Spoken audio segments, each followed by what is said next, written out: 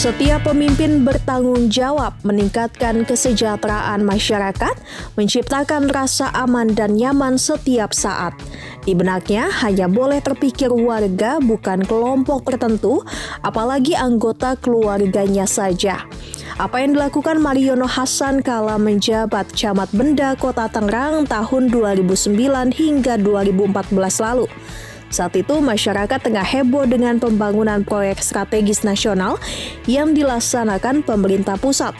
Satu di antaranya berupa pembangunan Jalan Jakarta Outing Ring Road atau JOR 2, Tol Serpong Kunciran Bandara, Kota Tangerang, Banten. Sebagian warga yang tinggal di Kecamatan Benda terimbas proyek tersebut. Pasalnya, akses menuju Bandara Soekarno-Hatta menjadi salah satu tujuan utama dalam percepatan pembangunan tersebut. Satu demi satu penolakan dari warga yang terkena pembebasan lahan terus bermunculan. Gelombang unjuk rasa pun nyaris tidak terbendung di tahun 2010 hingga 2011.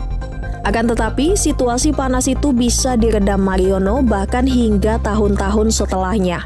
Mariono menemui ribuan warga yang terkena dampak dan menolak pembebasan lahan. Strategi ini rupanya jitu untuk menenangkan warganya. Ia memahami keluhan warga namun juga ingin mewujudkan pembangunan proyek JOR 2 demi kemaslahatan bersama.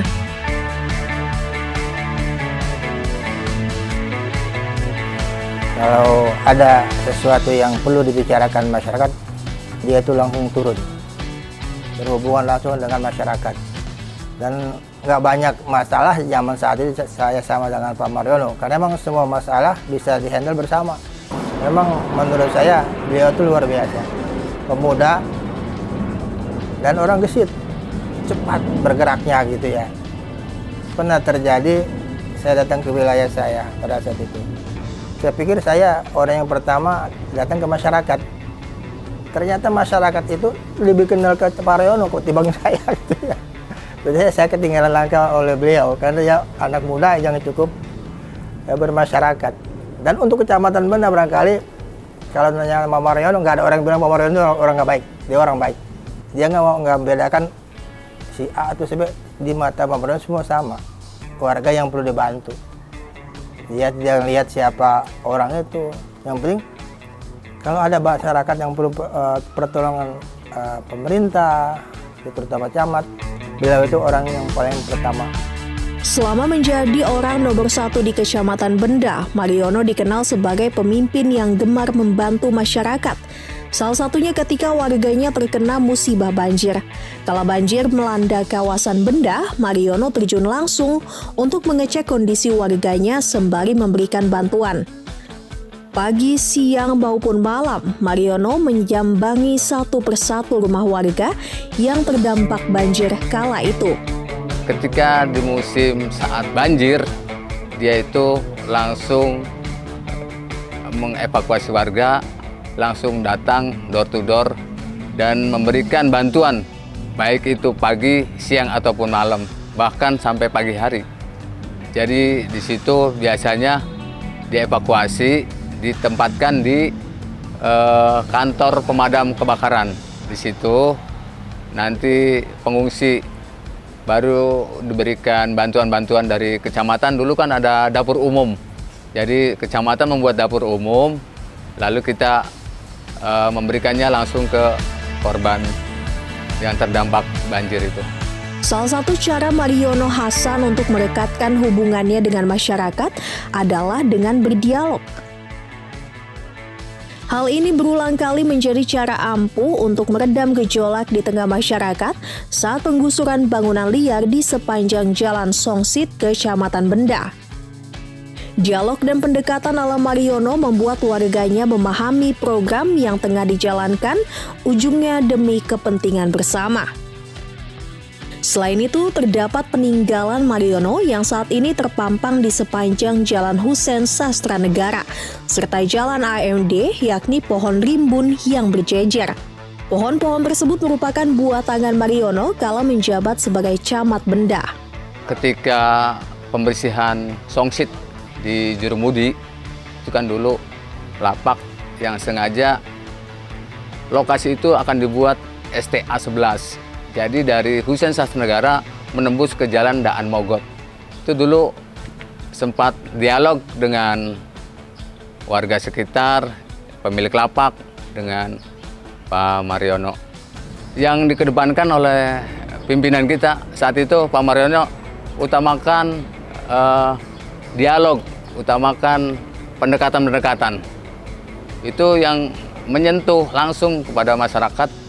Artinya di situ tidak ada gesekan-gesekan yang panas. Setelah diberikan pemahaman, dialog, di situ alhamdulillah berjalan lancar ketika itu di Jalan STA 11. 2 tahun setelah menjadi camat Benda, Mariono dipercaya menjabat sebagai camat Pinang periode 2015 hingga 2017. Di sana, ia menciptakan gebrakan yang cukup berani demi kenyamanan masyarakat, yaitu dengan menutup praktik prostitusi terselubung dalam usaha pijat di kawasan Alam Sutra.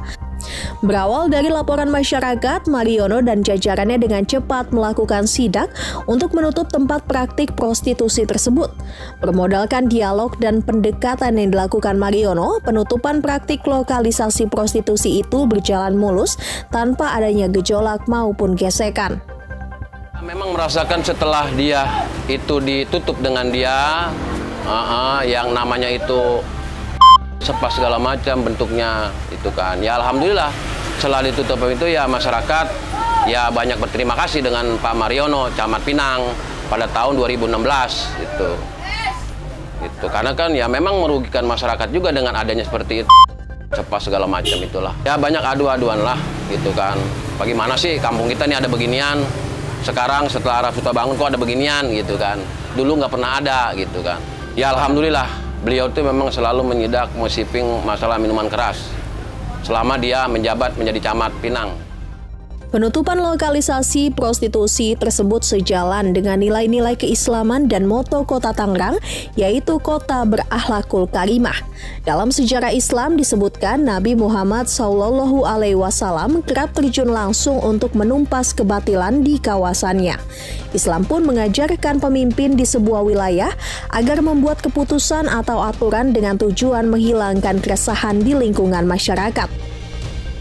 Nah, kita sebagai warga atau pemilih ya yang punya hak pilih harus benar-benar selektif. Jangan sampai kita memilih orang-orang yang justru tidak amanah.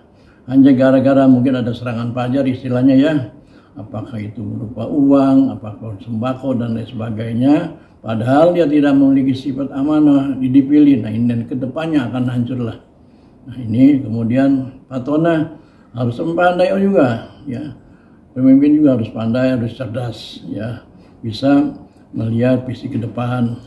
Jadi jangan sampai pemimpin ini ya nggak tahu masalah yang dihadapinya di masyarakat ke depannya bagaimana. Dan ini tabligh itu menyampaikan apa yang harus disampaikan, semuanya ini harus dilakukan yang sebaik-baiknya. Jangan sampai ada hal-hal yang dikatakanlah disembunyikan dan lain sebagainya. Jadi utamanya itu sidik itu. So, kalau satu yang sidik ini nggak benar, ke bawahnya akan berpengaruh kepada pelaksanaan tugas-tugas sebagai kepala daerah.